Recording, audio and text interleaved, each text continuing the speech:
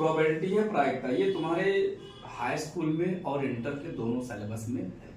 असल में प्रायिकता का मतलब देखो क्या होता है ना, हर किसी कार्य में संभव होता है। जैसे हम पढ़ाई कर रहे हैं, अब कोई बोलेगा कि आप 100% लाएंगे, कोई बोलेगा 80% लाएंगे, मतलब बस अगर हम मेहनत कर रहे हैं, अभी मान लो तुम लोग पढ़ रहे हो बैठ करके, अरे तुम लोग एकदम फेल हो जाओगे, ये कर लोगे वो कर लोगे, मतलब उनको भी कंफर्म नहीं है तुम्हारी एक्टिविटी को देख के वो बोल दिए। तो यानी हमारे पहले कक्षाओं में भी हम जब पढ़ते थे या हमारे गार्जियन होते थे, ये बताते थे कि आप ये कर सकते हो। हम गाड़ी चला रहे हैं, बाहर जा रहे हैं, पता नहीं एक्सीडेंट हो जाएगा कि नहीं होगा। यानी कोई भी व्यक्ति इसमें जो भी कार्य करता है उसमें संभवतः पॉसिबिलिटी होती है, संभवतः हम पास हो जाएंगे। जैसे भी मन में आया ना कि सर मैं मेहनत कर रहा हूं, मेरा 80% के ऊपर जाएगा, हो सकता है बीच में एक्सीडेंट हो गया 80% के अकाउंट से 80% का, लेकिन हाँ हमारे एक्टिविटी को देख करके मेरे मन में फील होती है कि ऐसा हो सकता है। तो प्रायिकता क्या है? प्रायिकता किसी वस्तु की एक संभावित मान होती है, जिससे यह हम ज्ञात करते हैं कि हो सकता है यह मान सही आ जाए। जैसे सपोज करो कोई व्यक्ति क्या परफेक्ट होता है? नहीं होता है। आइडियल होता है? नहीं। 99.5% हो सकता है, बट 0.5 गलत हो सकता है। यानी एक्सपेरिमेंटली हम देखा जाए या कोई डिटर्मिनेट किया जाए, या हम जैसे कुछ बॉल लिए हैं, जैसे मान लो थैले में हम बॉल लिए, काला और सफेद लिए, उसी में लाल लिए, अब थैला ब्राउन कलर का है, उसी में हाथ डाला जा रहा है, तो क्या तुमको गारंटी है तुम हाथ डाल के काला बॉल निकालोगे? नहीं। लेकिन हाँ निकाल सकते हैं, हो सकता है, may be possible as to something of probability is scoredly from that to correctly, और I feel this is the probable, या पॉसिबल है कि यह करेक्ट हो सकता है। ठीक, यानी जैसे क्रिकेट खेल रहे हो, सपोज करो बैटिंग करने उतरे, आज किशन जाएगा तो कम से कम ना तो 36 रन मारेगा क्योंकि डेली मार रहा है, लेकिन उस दिन गए आउट हो गए। विराट पाजी को सब जानता है, बहुत बड़े क्रिकेटर है, आप जाएंगे तो हल्का मचेगा, क्या आप पहले बार पे आउट हो गए। होता है ऐसा ना? ऐसा क्यों होता है? क्योंकि हम उसको इतना उम्मीद लगा लेते हैं कि 100% हो ही जाएगा। यानी प्रायिकता संबंधित, अब इसमें क्या है, आज ओले पड़ सकते हैं, मौसम विभाग ने कहा कि लग रहा है कि आज ओला पड़ सकता है, लेकिन साइंस कहेगा 100% हो सकता है। साइंस उस बात को संभवतः नहीं, प्रैक्टिकल मानता है। दूसरा कह रहा संभवतः इस कार्य में वह सहयोग दे, जैसे सब लोग जा रहे हो ना, मैं भी कह सब लोग एक साथ रहो, तो हो सकता है संभवतः सहयोग उसमें दे। तीसरा कहता है शायद वह अपने घर से निकल गया होगा।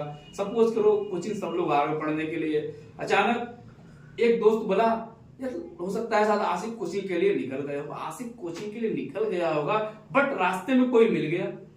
रास्ते में any person you have to talk about something the knowledge of quality, हो सकता है उसके विषय में कुछ बात कर रहा हो, तो उन्हें ये फील हो जाएगा यार वो तो घर से निकल गया, आया क्यों नहीं, संभवतः, यानी पॉसिबिलिटी है उसके आने की। उसे संदेह है कि वह दुर्घटना नहीं होगी। Mulayam, you have to remember Rakesh at this time, उसको लगा होगा कि नहीं मैं बच जाऊंगा सेफ, अचानक झपकी लेके वो लड़का चला गया। तो क्या उसको पता था एक्सीडेंट होने वाला है? नहीं, लेकिन अचानक हो गया। ये एक ऐसी घटना होती है या दुर्घटना होती है, या एक सेंटेंस कह लो या वाक्य कह लो, सूक्ति कह लो, कि हम यह क्लियर ही नहीं कर पाते हैं कि ऐसा हो सकता है। यानी may be possible to condition adjust to be confirm is not correctly. ठीक, यह संयोग की बात है कि पिता और पुत्र का जन्मदिन एक दिन होगा। जैसे कुछ लोग कहते हैं मैं 1 जनवरी को हुआ, मेरा लड़का भी 1 जनवरी को हुआ। 1 जनवरी को तो आपको, लेकिन डेट तो बदलेगा ना, सन बदलेगा, ईयर वर्ष तो बदलेगा। ठीक है, 1 जनवरी को आपको 1 जनवरी को आपका बच्चा होगा, लेकिन 3 गुने का फर्क हुआ ना। हो सकता है कि आप 1990 में हुए होंगे, आपका लड़का 2022-23 में हुआ होगा जब मैरिज वगैरह हो, तो लेकिन उन्होंने ये कंफर्म किया कि डेट तो वही है। कभी कभी घर में बच्चे होते हैं ना, देखा जाता है, या कभी कभी होती है शादी 11 मई को पड़ी तो लड़का भी 11 मई को ही हुआ, तो ऐसा कुछ डिसिप्लिन होता है उनके लाइफ में। तो ये कह रहा है यह संयोग की बात है कि पिता और पुत्र का जन्मदिन एक ही दिन है। यानी जैसे हाई स्कूल में पढ़ रहे हो आप लोग, उसी तरह इंटर में भी जाओगे तो इंटर में भी सेम प्रायिकता को थोड़ा सा लेवल पढ़ना पड़ता है, लेकिन सेम चीज है। हाँ, आगे जाओगे तो स्टैटिस्टिक, ये चैप्टर हमें यही बता रहा है कि हम किस तरह आंकड़ों को क्लियर करते हैं। अभी पढ़ लिए, माध्य पढ़े, माध्यिका पढ़े, माध्यमान पढ़े, लास्ट में हमारा प्रायिकता है। तो जब आगे पढ़ोगे बीएससी वगैरह में जाओगे ना, तो बीएससी में स्टैटिस्टिक की पढ़ाई होती है सेम इसी प्रकार से। क्यों? क्योंकि मैं एक्सपेरिमेंटली करता हूं। अब ये कह रहा है कि प्रायिकता कितने प्रकार की होती है? प्रायिकता एक दो तीन प्रकार प्रायिकता को हम कैसे बोल सकते हैं? पहला कह रहा प्रायोगिक या अनुभविक दृष्टिकोण, एक्सपेरिमेंटल अप्रोच। अब जैसे हम साइंस का प्रैक्टिकल कर रहे हैं, लाइट का प्रैक्टिकल कर रहे हैं, लेंस लिए हैं, कॉनकेव और कॉन्वेक्स लेंस लिए।